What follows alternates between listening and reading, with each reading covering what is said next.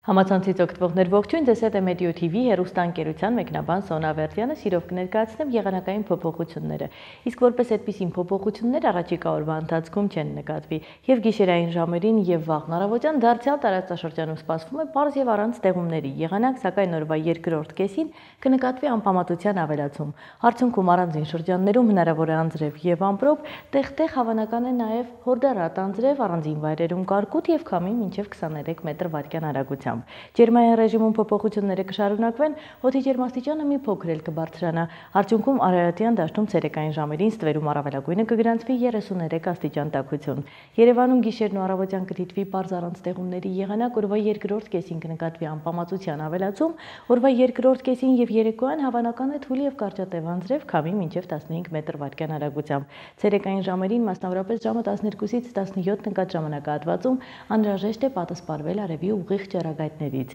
Գիշերային ժամերին նվազագույնը սպասվում է 15, ցերեկն առավելագույնը ստվերում կգրանցվի 33, երեկոյան 25 աստիճան տաքություն, գեոմագնիսական դաշտը դարձյալ լինելու է անկայուն, այնպես որ սրտանոթային համակարգի հետ խնդիրներ ունեցողները պետք է խուսափեն ֆիզիկական ծանրաբեռնվածությունից։ Այս պահի համար եղանակի վերաբերյալ նախատեսել էինք այսքանը։ Եղանակային նոր տեղեկատու տեղադրեք եղանակի վերաբերյալ տեղեկատվությունը ձեր բլոգում կամ կայքում այցելելով եղանակ.am